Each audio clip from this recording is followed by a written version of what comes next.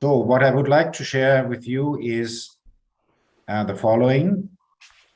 We are very well aware that the church is on the spot in regard to child sexual abuse, abuse of vulnerable adults, abuse of power. We talk about the catechist attitude,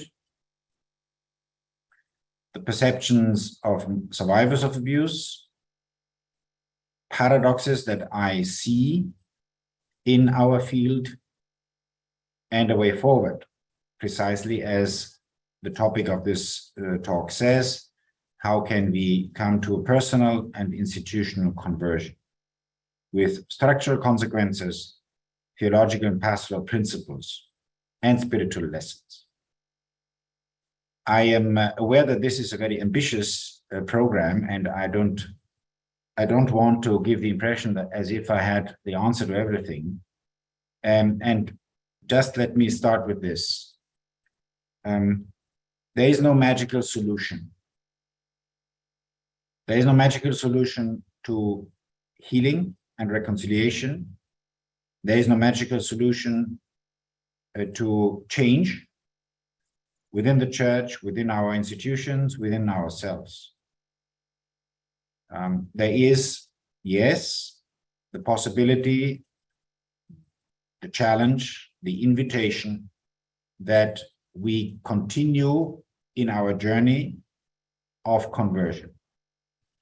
And I'm sure if all of us do what each and everyone here, he and she can do within the limitations of his or her personality, of his or her role, of his or her responsibility within the church, within the professional capacity, within the ministry in the church, we do what we can do, then we are elements of a broader change that I believe is going on, but that is not very prominent and is more like the little seed that Jesus talks about in the gospel, some little contribution. This is what we can do. But if we plant our seeds, then we do what we can, and we can hope for fruits. So as all of you know, the church is on the spot with the shock waves that have created the double crisis, the crisis of abuse itself, and maybe for some at least the bigger shock and the bigger anger and rage and disappointment about the church's leadership's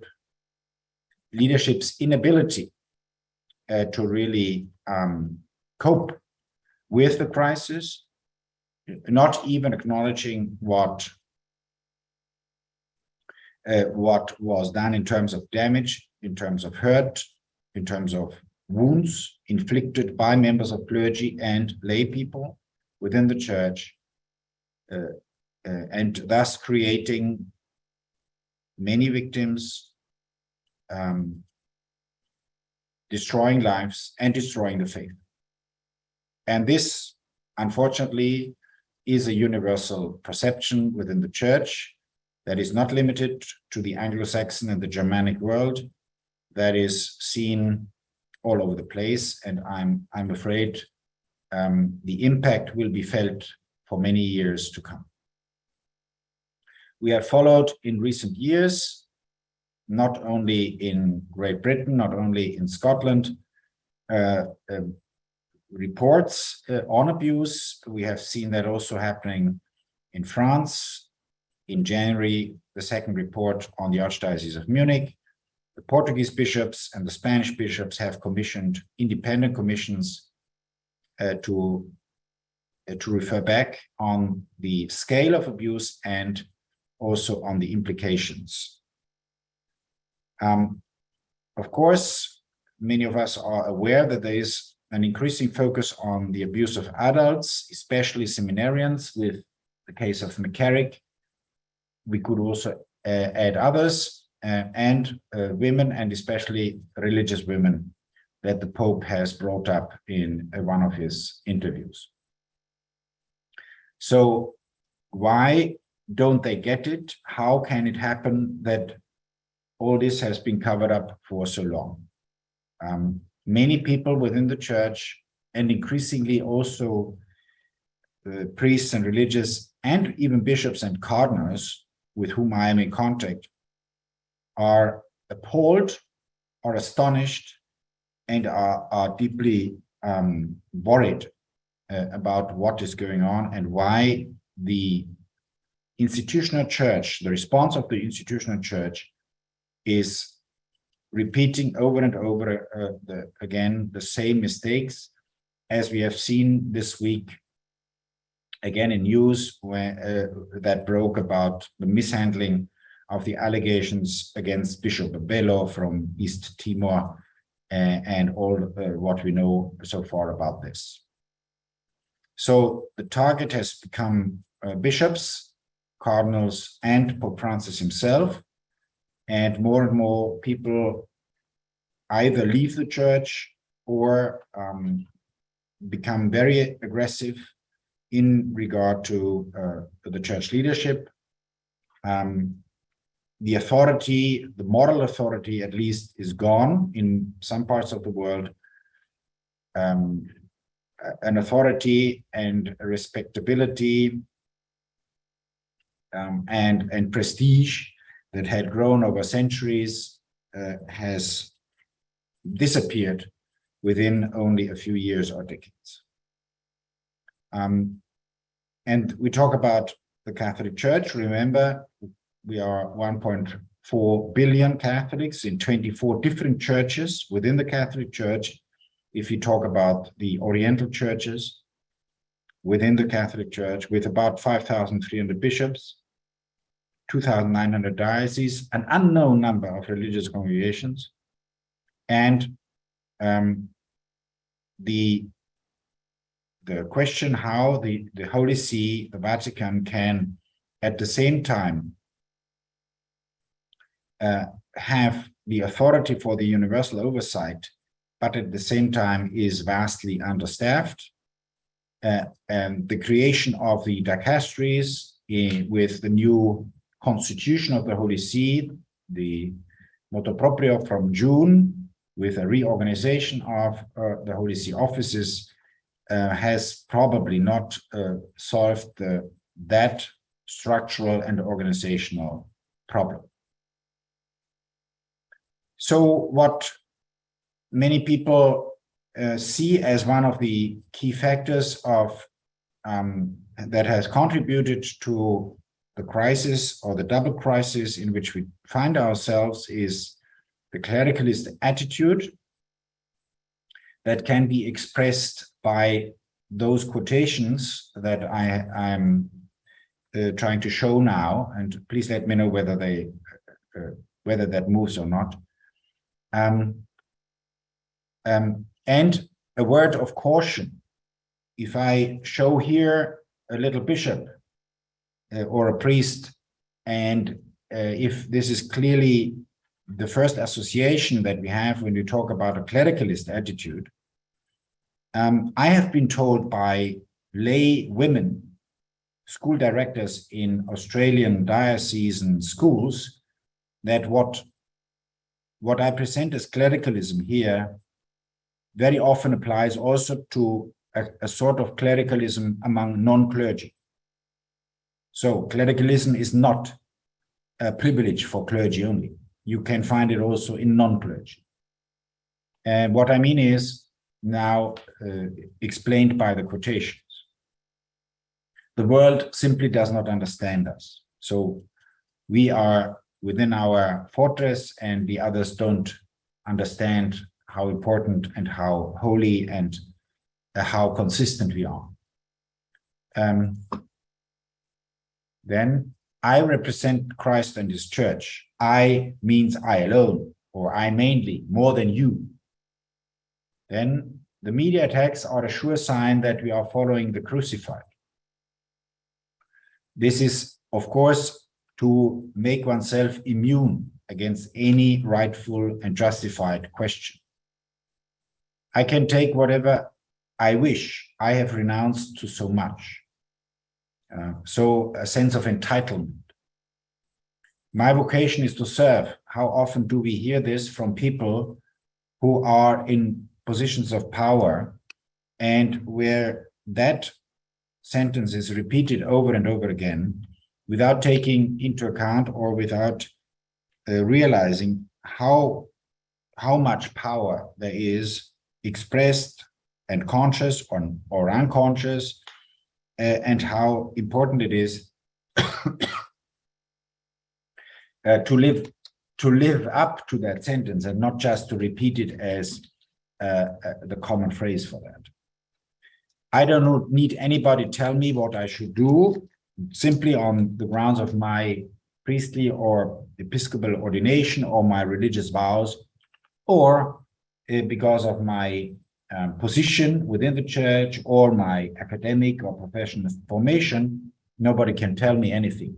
So again, making oneself untouchable. Then nobody shall criticize me. I'm above any kind of criticism, and I don't need to justify myself in my decisions. There is no board.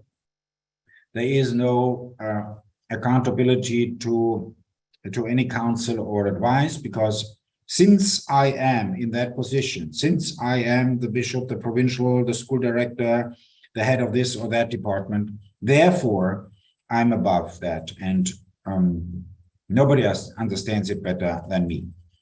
Again, you can find this in clergy, and you can find it also in non-clergy. We could go on along in finding out why that comes about, and whether within our formation, in our understanding of the church, in our way of forming and presenting ongoing information as obligatory measure, etc., there is something that does not tackle such an attitude or even contributes to the development of very well-intentioned people who start out with all the best wish and will to do the best for other people, and in the end come to a point where they serve themselves more than others. Contrasting that with the perceptions of survivors is very harsh and hard to hear, because it is, of course, just the opposite. Nobody ever has anybody listened to me and to my story and to my hurt. How often do we hear that from survivors? Nobody in the church really sits down and listens to me. I'm livid that they push away the responsibility. A good number of victims of abuse get extremely angry, enraged, especially also because they don't see that people within the church live up to their responsibility. I don't know to whom I can turn to for support. Even if we set up offices, even if we provide counseling, we think we do well, and many of us are engaged in this, and of course that doesn't take away any good that we are doing in this sense. But very often I realize that our well-intentioned proposals or services don't get to the survivors because they don't read parish news. They don't consult church websites. So how could they learn and how could they know that there is somebody reaching out to them if we don't go through the channels that they use normally? If only I had not been so powerless, especially in blind trust I couldn't imagine that Father X, Sister Y, or school director Z could do anything evil. I have struggled long enough. I give up. Another big number of survivors just leaves the church or tries to commit suicide and commit suicide, or go in hiding and bury their hurt and bury their trauma. I feel so dirty and guilty. This is a well-known psychological mechanism, that it is the victim that takes on the guilt and that blames him or herself. This is a very powerful mechanism by which the perpetrator succeeds, so to say, to put the blame on the victim, and the victim quite often take that blame and find it very difficult to get out of that. If only they had the courage to confess their crimes and do justice to us. Again, accountability is one of the unknown words and certainly an unknown practice within the Catholic Church. We don't have a proper system of accountability and taking responsibility. It seems so difficult for bishops, for provincials, for others in the church to really take a personal responsibility, and a personal responsibility not only for personal or wrongdoings or mishandlings, but also as representatives of the church as a whole, for the local church or the religious province or the religious institution they direct, to take on also what for politicians or for others in business, etc., is normal. You have also to acknowledge that you are that as a leader, you don't only get the benefits, but you have also to take that share of that role, which means you sometimes need to take responsibility for things that others have done wrongly, because you are now in that position. And this is something unknown and unheard of within the church. I would like to bring your attention to a number of paradoxes that I see, and which in our journey towards conversion seem to make it more difficult, or to bring at least a number of challenges for us. So in the church and in religious orders like the Jesuits, you have at the same time victims and perpetrators.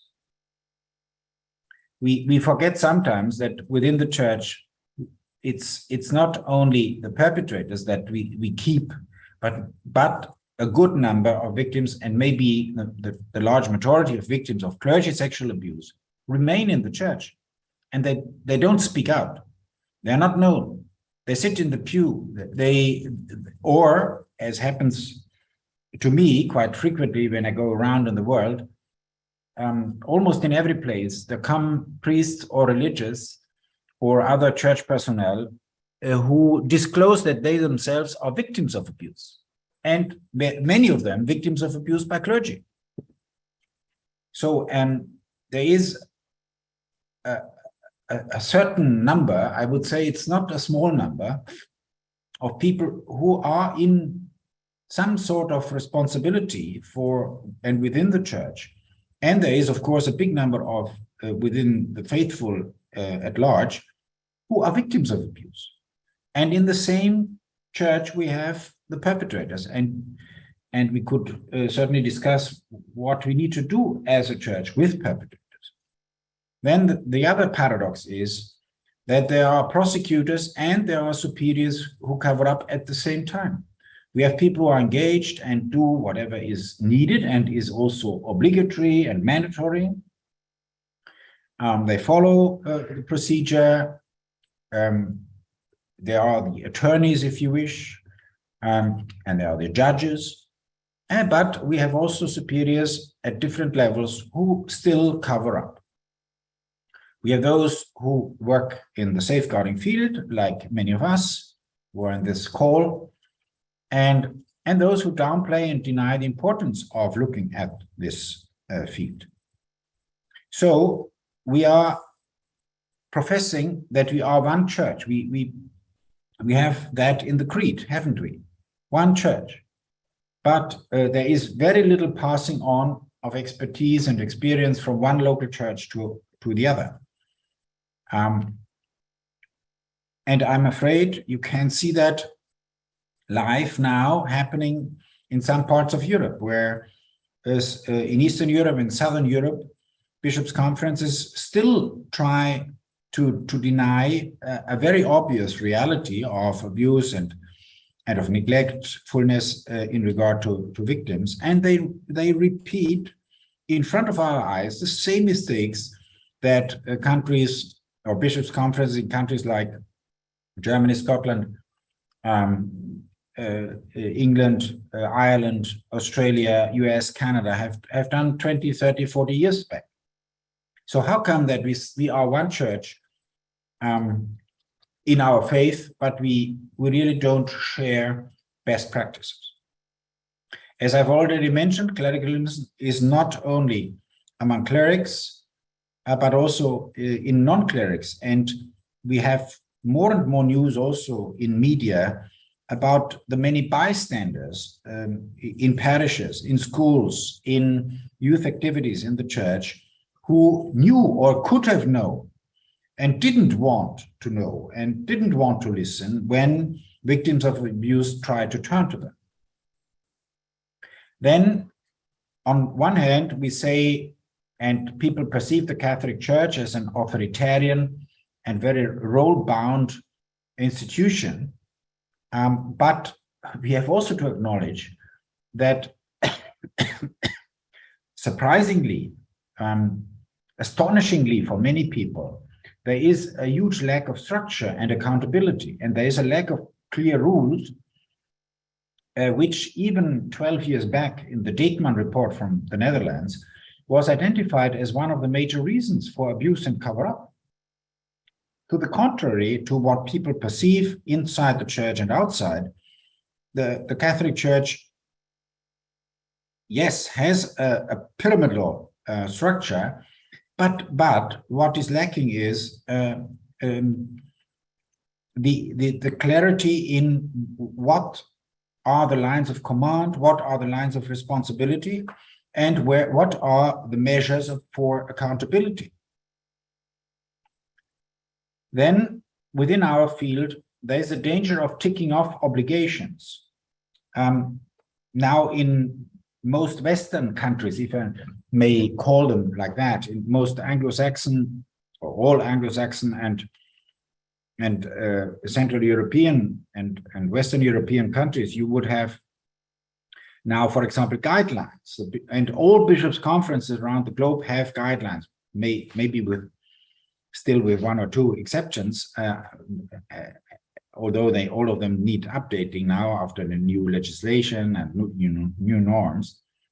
But the problem is that people think that you can tick off your duty, you are done with when you have written your guidelines, and then you put them on the shelf and they take on dust. It is the same when we don't deal with perpetrators in an appropriate way. We try to just dismiss them without taking really seriously our task to keep them safe and to keep them safe so that they don't abuse again. Or even more obvious, when we try to sideline and to suppress survivors and their voices. And the same happens with this splitting off of an uncomfortable area of concern when we think it's all over, and when we have done our guidelines, our safety protocols, when we have set up some telephone hotline for reporting and so forth, and then we can go back to business as usual. I think this is a very big temptation and a very big danger for us. So we are confronted every week, almost every day, with our shortcomings in dealing with the past. Past means the abuse that has happened 50, 40, 30, 20 years back. And analyzing, naming the crimes, dealing with the perpetrators, doing justice to victims. Our record as a church as a whole is very poor here. I don't talk about taking institutional responsibility here. It's still at the level of just taking personal responsibility. Again, the record is quite poor. In general, there are exceptions, of course, but as a church, we are identified as the ones who deny and the ones who can't clean up their own past. Whether that corresponds to the reality or not is not up to me to judge, but at least we are perceived at that, and we are persistently perceived at that.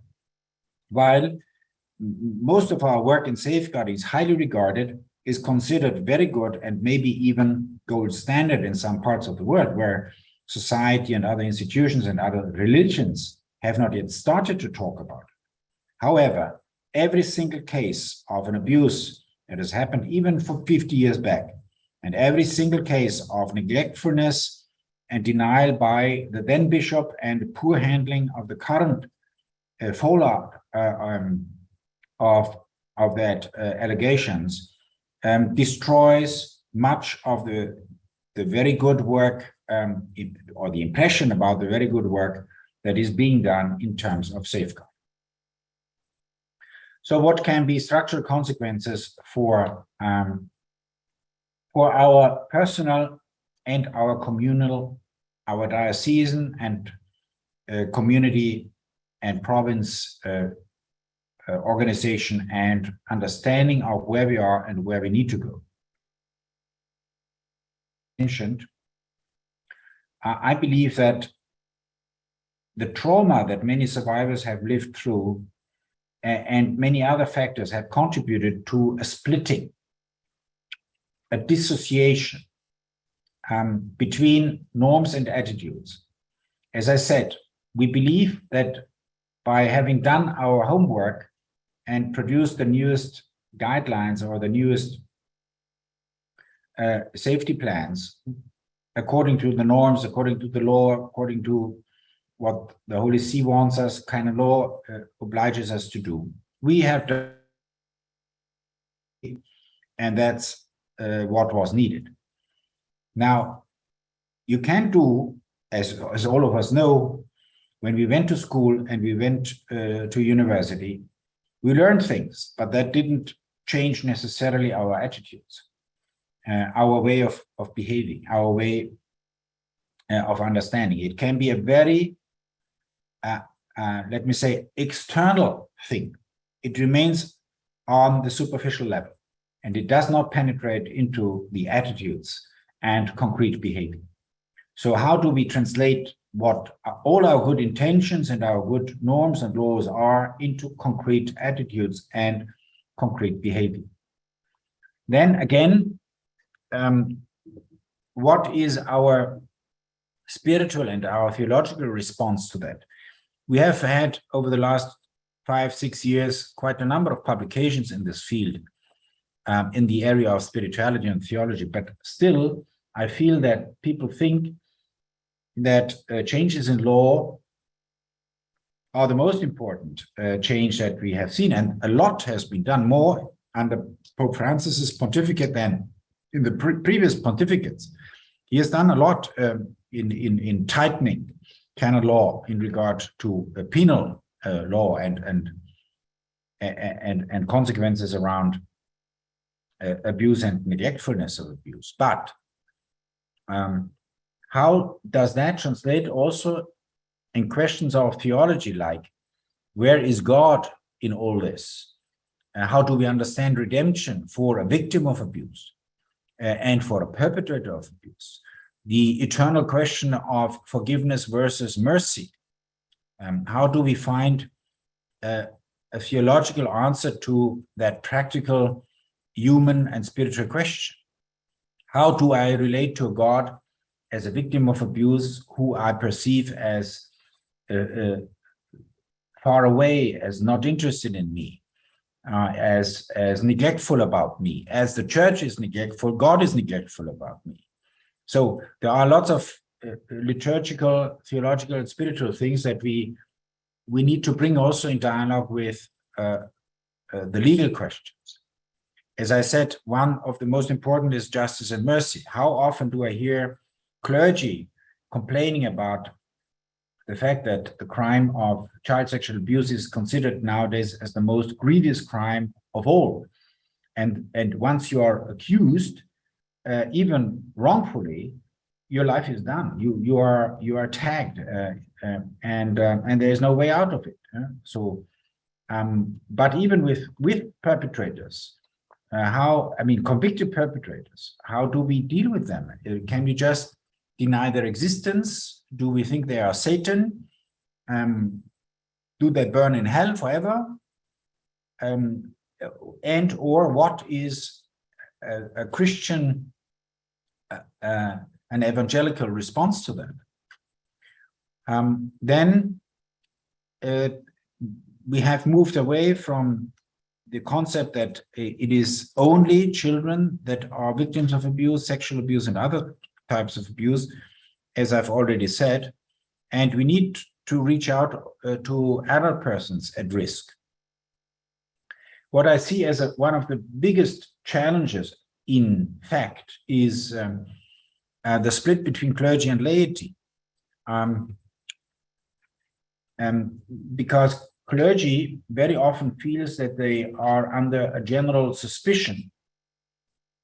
And I can tell you, because many share with me, that they feel very, unsure about their own role nowadays, and that they feel that they have to keep quite distant to people, while very often there would be a normal and a humanly understandable availability for contact and for relation and friendship, but they feel that they can't engage in this anymore because of the suspiciousness that surrounds it. At the same time, laity finds clergy very often cut off, shut off, and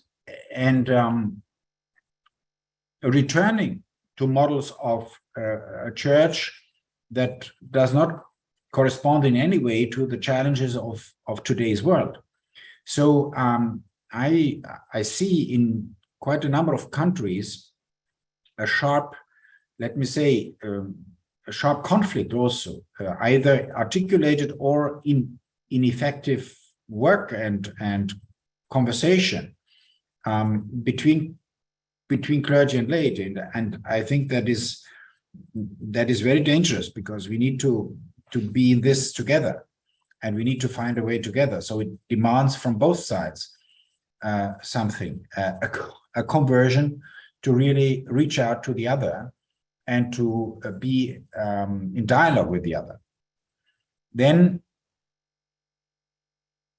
we are trained in this. We have professional capacities. And then there are people who think that they don't know anything, and they can somehow dispense themselves from engaging with safeguarding and all what is being done. So how do we disseminate what is our own attitude, what is our own knowledge, and what is our own, let me say, message to those who consider themselves not experts? In most parts of the world, the bishops don't work together in the bishops' conferences, but then there's also the huge difficulty to bring together at one table the diocese, the bishops, and the religious congregations and orders. In very few bishops' conferences territories, this kind of common effort works. Then we have governments and state institutions, demanding collaboration from church hierarchy, while, okay, the political situation in India or in Myanmar at this point, or in Mexico, are very different to what is going on in Great Britain, in Scotland, in Italy. So we need also to be aware that there are demands, there are standards, and there is the necessity, as the Holy See has repeatedly said, that church hierarchy works together with state institutions. So I believe one of the major calls for conversion, for personal and communal, is to find out how we can live together today, a unity in diversity, by respecting each other, by listening to each other, by building bridges, and by a new asceticism. What I mean by this is that I give up also the impression that my isolated worldview is the only one, which I have to say can be created by our media world, our social media world, in which we live very often in bubbles, and which we feed on news from people who are of the same conviction as we are, while it is very demanding, it is very challenging, it is uncomfortable to listen to positions from other people of other convictions, of other parties, of other spiritual families, of other ecclesiological positions. It is challenging, and I think we need to relearn how that works.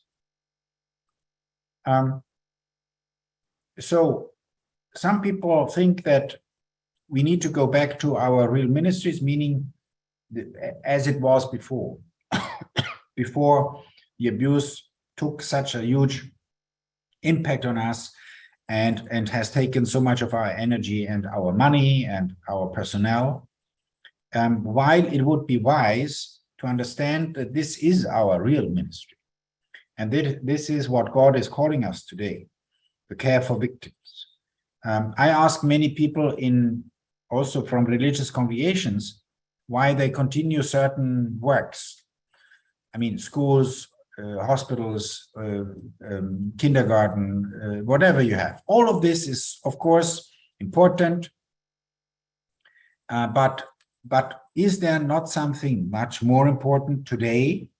And would our founders and would our Lord Jesus Christ not call us to something new also, and not only to continuing what we have always done because it's more comfortable, because we are used to it? So how about opening listening centers in the centers of our cities? Instead of giving up churches, why can't we transform them in listening centers? I know that few people go to confession nowadays, but when I hear confession in Munich, I do that occasionally in the center of the city. So many people come, and most of them, honestly, they don't come to confession. They just come for being listened to. So there's a huge need, and most of all, because many people are hurt, and most hurt are the victims of sexual abuse. So how can we find a way to really represent that also in our mission? How can we work towards accountability among ourselves? Introducing the principle of accountability in our church practice is not easy, because we are not used to it. And it is, as such, it is uncomfortable, because I'm not the boss in an all-powerful way. I, as a boss, also need to follow rules and to keep those obligations. I'm not above that. And we within the church, we don't have a culture of that. Was Estis Lux Mundi, which I hope will be established as a a norm and the law for the church beyond the 3 years of the pilot phase, or the, what do you call it, it was introduced 3 years ago for this period of time, but I hope that it will now be a permanent law, has made first steps in that direction. But of course, it is not sufficient yet for a fully fledged definition of accountability, and especially in following up on that accountability question itself. So how do we grow in our co-responsibility and don't remain bystanders? And how do we help others to understand what their specific co-responsibility is? What can we do to foster a culture of constructive debate and of transparency, entering ourselves in constructive debate and not assuming that my position is the only possible in the whole world? And as I said, asking ourselves in our works, in our apostolic priorities, in our investment of resources, personnel, and money, why do we do that? Is it only because it has always been so, which very often translates, it has been as long as I can remember, or the last 20 or 30 years? We don't understand that the church has changed so much over the last 2,000 years, because our perspective is only our own understanding and our own background and education. So what are spiritual lessons? How do we deal with our own resistances, our own uncomfortableness, and questions around especially sexuality, the faith today, church leadership, as well as with safeguarding fatigue?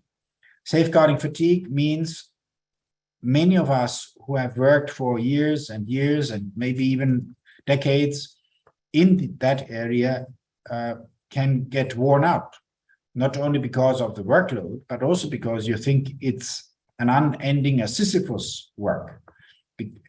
Also because nobody seems to take note of what happens in the safeguarding area, because it is not news. Safeguarding work is not news. Scandal is news, but not safeguarding work, because it's quiet, it grows silently, it's not seen. So many of us are disappointed or worn out. So how do we deal with that? Where is the space for survivors in our midst?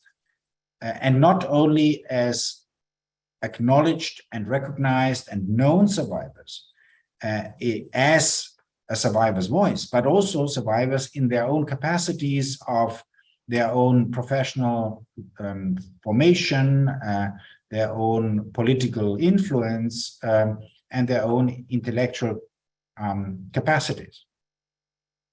So what is at the center of our attention? Our institutions, our reputation, or the victim, the vulnerable, the other, and the other with capital, God. Where are we? And in this sense, I really think that this point of history within the church and in society at large brings about the challenge for a deeper conversion. What do dignity and care mean to us and for and in our ministries? A minute of a publicity break. I'm sorry, I didn't announce that, but so that you know what we do at our Institute of Anthropology, of which I'm the director and which operates out of the Gregorian University. We offer a global e-learning training and qualification for pastoral professions with multicultural and interdisciplinary issues, responding to the sexual abuse of children. We started with that, but of course it's now also in regard to safeguarding adults. Just that you know, this is the global e-learning program. The blended learning is offered only to institutions, not to individuals. But we would be very happy if in Scotland or elsewhere there is interest in working with us on that. We are just finishing a revised version of the first learning unit and in English, and we are very happy to work with your institutions. We have different languages. We conduct research and conferences, not least the International Safeguarding Conference, at which some of you have participated over the years here in Rome. And we have residential programs, a certificate course, a diploma course of 1 semester, a master's course of 2 years in safeguarding, and we have doctorate students. Finished the publicity. Thank you for your attention, and now I hope we have some time for interaction. It's just something that was brought up in our break-off group as well, and after listening to Father Hans, should safeguarding be taken from the clergy and given to the laity, to police and to run? Did you hear that, Father? No, not well, no. Can you say it Father, again? the question is, after your presentation, should safeguarding be taken from the clergy and given responsibility to the laity, to police?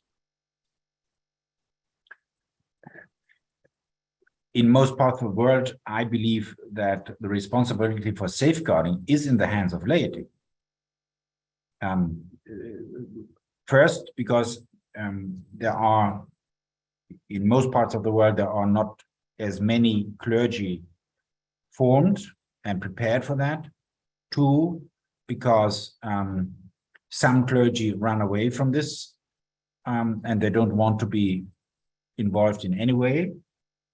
And thirdly, yes, because of the greater, let me say, independence that some laity show. But again, I don't think this is a magical or an automatic solution, because some laity may be more clericalist than clergy are. So I don't think it is. It depends on whether you wear something like that or not. It depends all on the context, and it depends all on whether there is also the possibility for feedback on how do you operate, to whom do you report, and if in your report there are some questions, how is that brought back to you in a feedback, and how do you find out whether you do really what you were supposed to do? So honestly, I don't think that either only clergy or only laity is a solution. There should be a good mix, and there should be, what is more important is that the roles are clear and the process is clear, and everybody follows process. Because you have clergy and you have laity who don't follow process. And what happens then? That needs to be defined. Father Zollner, I wonder if you think that the approach to synodality and developing the mission of the church, along with the theology of safeguarding, could be perhaps a way of us moving forward together. Yes, absolutely, yes. If you understand synodality as a new way of being church.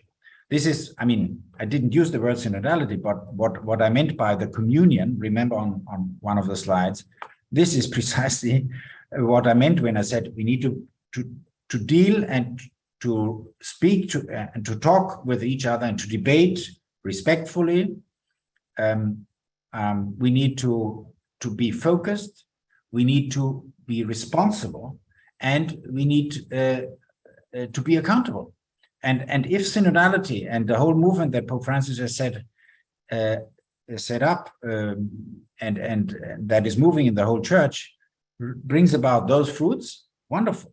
And surely this is related, and surely this is connected to safeguarding, because these are the principles, if you remember, these are the principles that in February 2019 were presented at the meeting of the heads of the bishops' conferences, and the heads of the Oriental churches and the religious congregations, superior generals, transparency, responsibility, and compliance. If we deal in the safeguarding field according to those principles, that gives us much input for the understanding of true synodality. And if synodality, with its theological and spiritual, let me say, underpinning, relates back to the safeguarding, that would be, and is certainly to some extent already, mutually enriching and certainly a way forward, also in coming to terms with a reality of the church that doesn't show many elements of communion. I'm sorry to say, I mean, many people perceive that. So how can we come back to what Acts of the Apostles said, where there was no absolute perfect serenity and harmony? No, we know that there were tensions, and even among the apostles, the so-called 15 talk about, I mean, a huge debate and discussion. It is not that it was all clear from the beginning, but what was clear, that we stick together in this, and we try to struggle together through this. This will be synodality. Synodality is not only flowers and honey. It's not only a sweet thing. It discernment, as Francis says, and my doctoral dissertation was on the Ignatian discernment and spiritual consolation. Discernment is not an easy task. It is quite challenging. It goes to the roots of our existence. And I think God puts in front of us today a very, very powerful existential question. Who do we want to be as Christians today? And what does that entail? And how are you different? And each generation and in each historical moment, we need to find our answer. And I think we are experiencing many of us are experiencing that the answers with which we grew up don't suffice anymore. They are empty. So, but how do we come together to new answers for current questions? And one of them is safeguarding. Thank you, Father. I think if there's any other questions, well, if you would like to email them to the agency, we could direct them to Father Hans to answer away from the conference. So I'm sure you would like to join me in thanking Father Hans for sharing with us the benefits of his insight into the sex abuse crisis in the church. Father Hans, it is reassuring you and your colleagues are at the forefront of leading scholarly research and learning that will surely make a positive impact on the church across the continents, helping to grow the culture of care that should be the hallmark of all the church. We thank you for your intervention today. We thank you for your ongoing determination to bring about change. We look forward to learning from you and working with you in the years ahead. So we ask God to bless you and the work of the Institute. If you'd like to show some appreciation for Father. Thank you very much. Thank you.